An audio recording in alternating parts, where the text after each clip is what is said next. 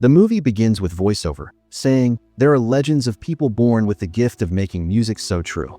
Some music is so powerful, it can bring spirits from the past or future.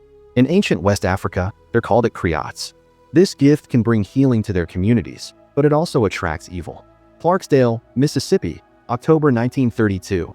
Sammy Moore arrives at a church, looking hurt, with claw marks on his face and holding only the neck of a broken guitar. Inside, his father Jedediah, a pastor, is deep in prayer.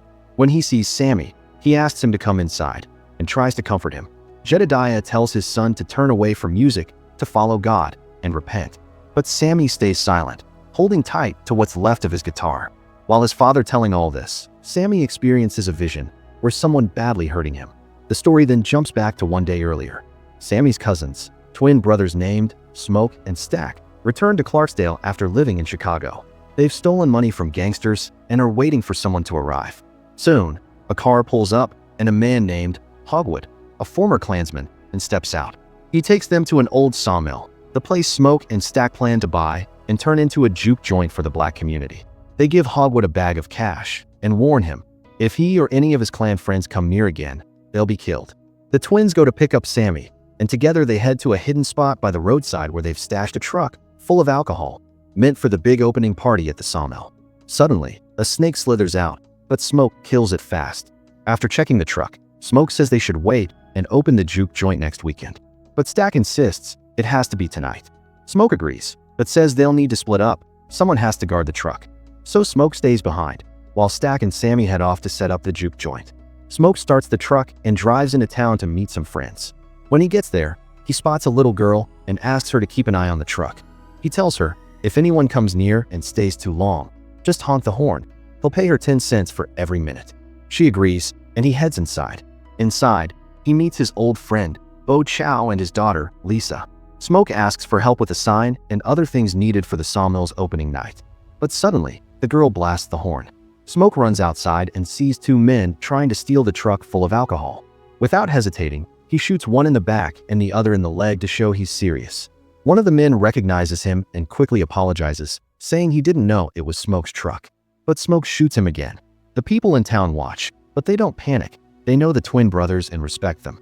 Smoke walks back inside and gives Bo Chow some money to handle the men he just shot. Then, he says he needs someone to make a sign for the sawmill. Bo calls out to his wife, Grace, and she agrees to do it. Smoke hands her $14 for the job. Meanwhile, Stack brings along Sammy, who dreams of being a blues musician. Stack heads to the train station to find an older blues singer, Delta Slim. To get attention, they have Slim play a song right there, drawing a small crowd. At first, Delta refuses to take the job, but when Stack offers him some Irish beer they plan to sell at the party, Slim agrees to join. Just then, Mary, a childhood friend of the twins and Stack's former love, shows up. She's upset they never sent flowers or even a message after her mom passed the day before, a woman who was like a mother to them too. At the same time, Sammy meets Pearline, a married woman he flirts with and invites to the juke joint's grand opening. On his way back, Smoke spots his old friend Cornbread working in a cotton field alongside his wife, Therese. Smoke pulls him out of the field and hires him as security for the juke joint's opening, then drives off. Later, Smoke visits his estranged wife, Annie, who practices voodoo. She isn't happy to see him. When he offers her money to help with the house, she refuses, saying it's blood money. They once lost a child, which still keeps them apart. Annie tells him her voodoo has been protecting the twins all this time.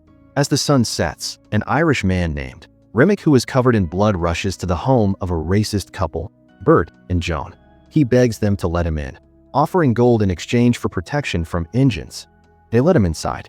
Not long after, a group of Choctaw men arrive and warn Joan that Remick is dangerous.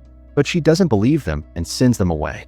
After they are gone, Joan enters the house and shocked to find that Remick is a vampire who also bites Bert, turning him into vampire too. Before she can react, they turn her too. Meanwhile, the brothers open the juke joint and a big crowd shows up. But getting the place up and running cost them a lot of money. Stack and Annie talk to Smoke and suggest letting some people pay the entry fee with scripts instead of cash. Mary is also let in the opening without paying because she is Black Mother's daughter. Stack brings Sammy on stage to play. His music is deep and soulful, and the whole crowd falls silent, mesmerized. The sound is so powerful, it begins to summon spirits.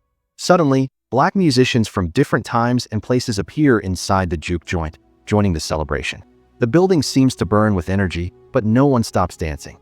The powerful scene catches the attention of Remick, Bert, and Joan. The vampires come to the juke joint, pretending to be traveling musicians drawn in by the sound. They play a bit of music, trying to win their way inside. But Smoke senses something off and refuses to let them in, even when they offer to pay. But he still refuses. As they are about to leave, Mary steps in to talk to them, knowing the brothers need the money. They hands her gold money, but then Remick's eyes flash red, and he starts drooling. Realizing something's wrong, she pulls out her gun and turns to leave, but Remick suddenly flies at her, turning her into vampire too. At the same time, Cornbread steps outside to relieve himself, leaving Slim in charge of security. Bert and Joan distract Cornbread by mocking him and lead him away. Meanwhile, inside the juke joint, Sammy sneaks off with Pearline. He starts pleasing her in a private room, unaware that Smoke and Grace notice what's happening. Mary is let back into the juke joint. At first, she tries to seduce Smoke, but then turns her attention back to Stack. The two head into a room and start having romance. Meanwhile, trouble brews on the floor. One patron slashes another across the face with a razor after getting caught using loaded dice. Smoke steps in to handle it and tells Sammy to go get Stack. But Sammy feels too awkward to interrupt, so he hesitates. Smoke ends up going himself and walks in on a horrifying scene. Mary is biting into Stack's neck. Shocked, Smoke pulls out his guns and empties them into her, but she doesn't die. Instead, she stands up, furious, and promises to kill everyone before vanishing into the night. Smoke rushes to help Stack, but it's too late. He dies. Smoke and Slim quickly clear out the juke joint, sending all the guests home. Only a few remain inside: Smoke, Sammy, Annie, Slim, Pearline, and Grace. Just after the doors close, Cornbread shows up and demands to be let in. Annie senses something is off and tells him to leave the place. Cornbread then demands his wages, and when Smoke reaches his hand to give, Cornbread, now a vampire, to lunge at him, biting in his arm. Smoke reacts fast and shoots him in the face, forcing him to flee. Annie now tells them that they're dealing with vampires. Things get worse when Stack, who had died earlier, suddenly reawakens as a vampire. At first, he pretends to be fine and asks Smoke to open the closet door. Smoke goes to find a key to unlock the door, but Stack explodes out of a closet, but Annie splashes pickled garlic juice in his face, sending him running from the building. Meanwhile, the vampires outside start singing and dance, turning the rest of the guests, including Bo, into bloodthirsty monsters. A growing horde of vampires gathers outside the juke joint. Leading them is Remick, along with Mary, Stack, Bert, and Joan. Remick steps forward and reveals the truth. The brothers were set up by Hogwood, the Grand Dragon of the KKK. Hogwood had planned to send Bert and other Klansmen to kill the twins and everyone at the juke joint. Stack confirms the story, saying he saw the memories himself after turning. But Remick says he doesn't share the clan's racist beliefs. What he really wants is Sammy. He believes Sammy's music has the power to summon the spirits of Remick's long-lost people.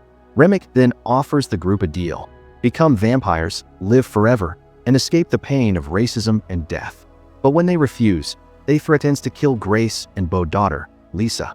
Realizing there is no way to escape, the survivors prepare for battle, gathering stakes, loading guns, and hanging garlic. Grace boldly yells at the vampires to come inside. She charges at her vampirized husband Bo with a stake, setting both of them on fire in a blazing sacrifice. Slim cuts his own arm to lure a group of vampires away, drawing them into a trap. Meanwhile, Pearline is fatally wounded right in front of Sammy, leaving him devastated. The others fight fiercely, staking and blowing up the vampires one by one. Annie is bitten during the chaos. Knowing what's coming, she asks Smoke to stake her before she turns. With a heavy heart, he does it. Watching from a distance, Stack and Mary feel a flicker of humanity return as they react with grief and horror at Annie's death. Smoke and Stack end up in a brutal fight, while outside, Sammy tries to run from Remick. The vampire slashes Sammy's face, matching the scar seen earlier. But Sammy fights back, grabbing guitar and ramming the silver piece into Remick's skull. Just then, Smoke appears and drives a stake through Remick's chest. As the sun rises, Remick erupts in flames, and the rest of the vampires follow, burning to ashes with him. Knowing the clan is on their way, Smoke tells Sammy to run and save himself. Then he loads up with weapons and hides, waiting as the Klansmen roll in, starts shooting at them and killing.